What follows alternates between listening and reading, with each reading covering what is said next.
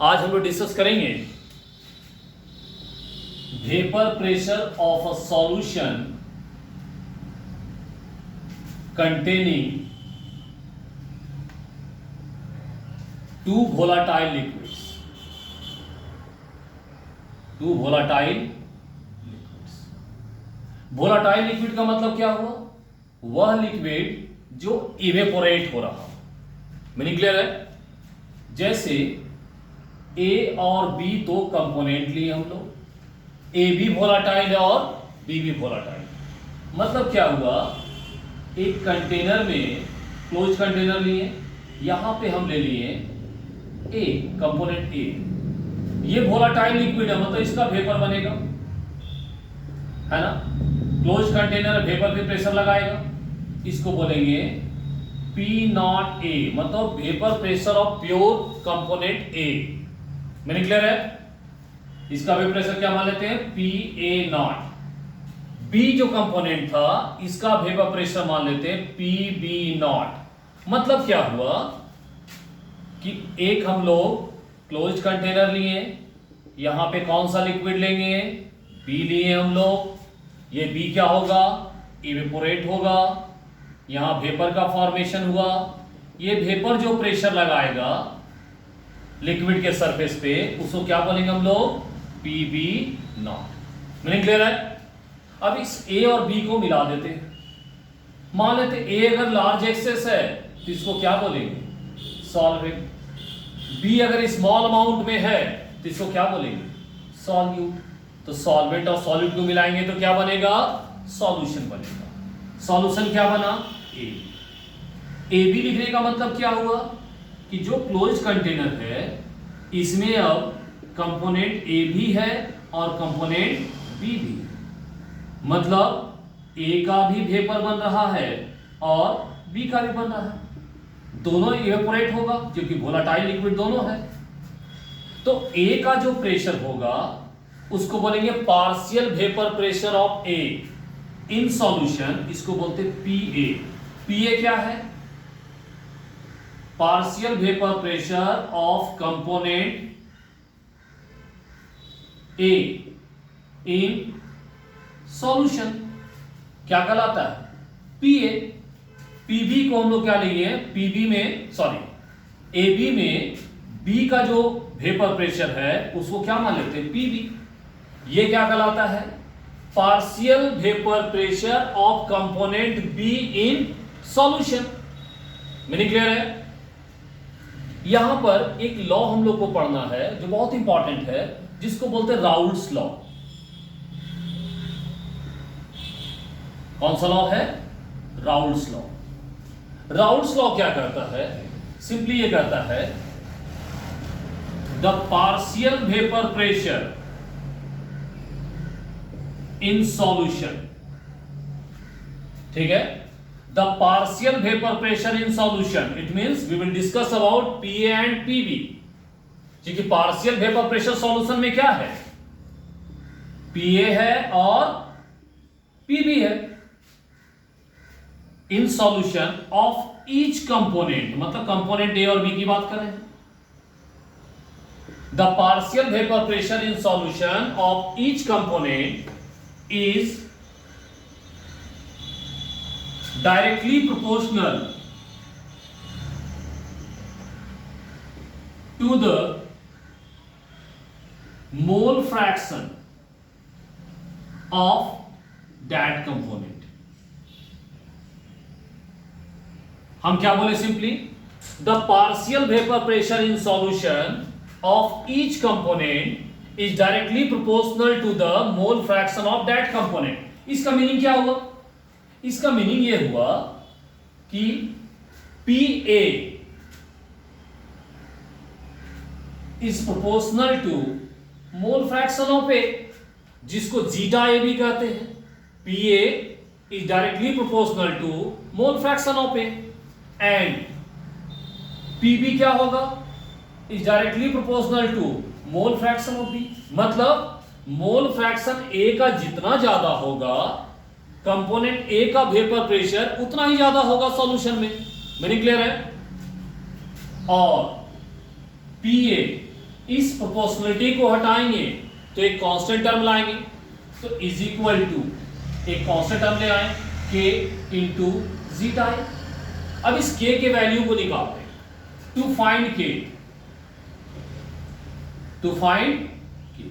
तो लोग कहते हैं व्हेन x इक्वल टू 1, जब x इक्वल टू 1 होगा तो x भी कितना होगा, तो हम लोग पढ़ चुके हैं पहले भी कि sum of mole fraction is unity, it means X A plus X B equal to क्या होगा, 1 होगा। अब एक्स ए इक्वल टू 1 है, इसका मतलब ये है एक्स इक्वल टू क्या बोले 1, इसका मतलब एक्स बी क्या होगा 0, तो एक्स इक्वल टू 1 है, इसका मतलब हो गया एक्स बी 0, मतलब बी है ही नहीं। तो जिस समय सिर्फ कंपोनेंट ए था उस समय उसका वेपर प्रेशर पीए नहीं था, उसका वेपर प्रेशर क्या था, क्या लिखे थे, कंपोनेंट ए का वेपर प्रेशर क्या था, पीए नॉट। इसका वेपर प्रेशर क्या लिखेंगे, पीए इक्वल टू क्या लिखेंगे, पीए नॉट। तो हम इसको क्या के प्लेस में लिख देंगे, और पीए इक्वल टू के इंटू एक्स, तो पीए इक्वल टू पीए नॉट होगा कब, पीए इक्वल टू पीए नॉट होगा कब, जब एक्स इक्वल टू क्या होगा 1, देयरफॉर के इक्वल टू क्या है, पीए नॉट। इस के के वैल्यू को क्या करते हैं, हम यहां पुट करते हैं, तो क्या हो जाएगा, और पीए इक्वल टू के इक्वल टू क्या था, पीए नॉट इंटू एक्स, ठीक है। तो यहां से भी आप चाहें तो राउल्स लॉ को डिफाइन कर सकते हैं कि वेपर प्रेशर या the partial vapour pressure of component in solution is equal to product of vapour pressure of pure component and its mole fraction. Similarly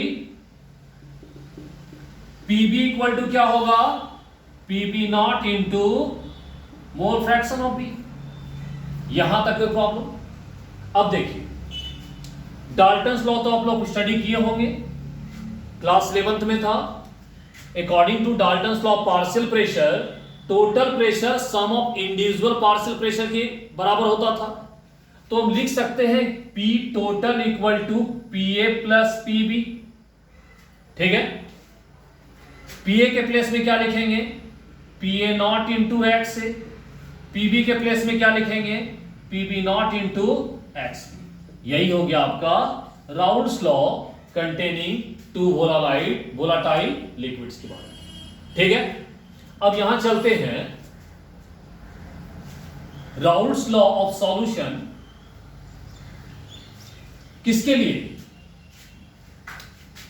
vapour pressure of a solution containing non volatile solute.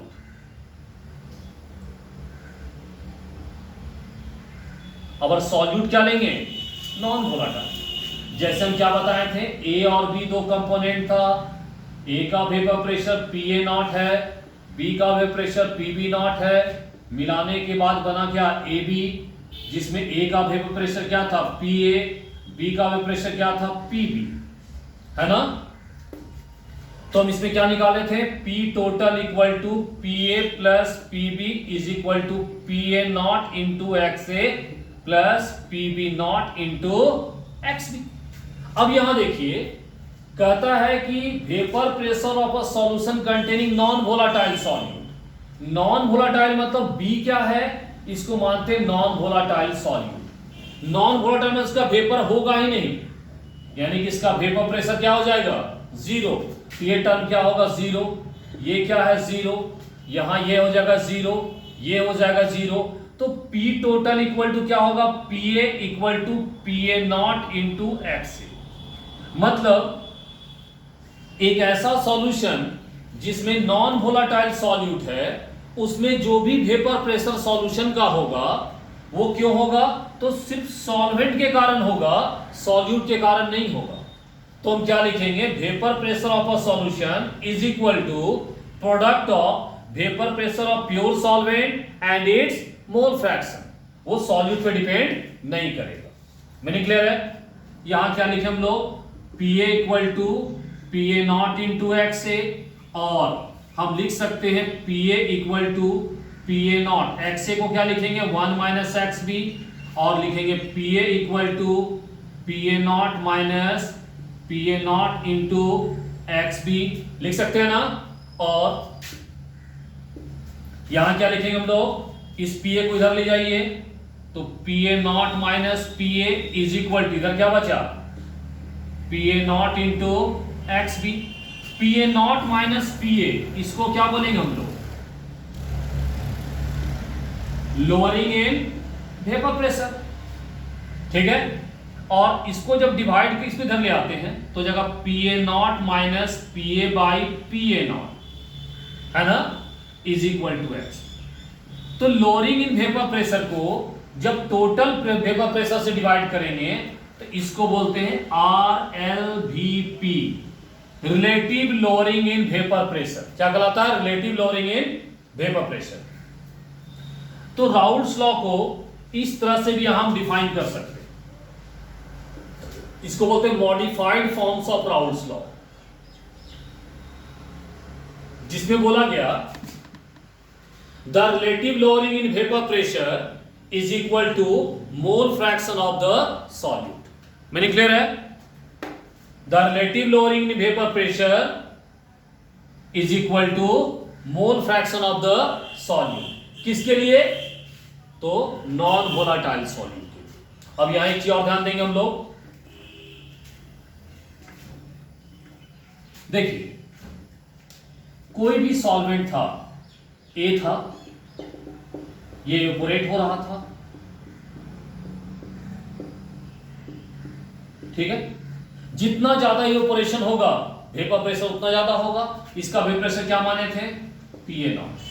अब कोई non volatile solute B add किए तो ये कहां चला गया, B. तो ये बी क्या करेगा, ए को ब्लॉक कर देगा। यहां से जो ए ऊपर सरफेस पे आके जो इवेपोरेट होता उसको बी क्या किया, सरफेस को ही ब्लॉक कर दिया। सरफेस को ब्लॉक करेगा तो ए का जो रेट ऑफ इवेपोरेशन होगा वो डिक्रीज होगा, उसका वेपर प्रेशर कम होगा। तो सॉल्यूशन का वेपर प्रेशर क्या मान रहे हैं हम लोग, PA। तो ये क्या होगा, यहां पर PA0 ग्रेटर होगा किससे, PA से। ये हमेशा याद रखिएगा, the vapour pressure of a solution containing non-volatile solute is always lesser than that of the pure solvent because some of the volatile particles are entrapped by the non-volatile solute। Meaning clear है, आज यहीं तक। इसके बाद इसका जो numerical है हम लोग नेक्स्ट वीडियो में शेयर करेंगे। Okay, thank you.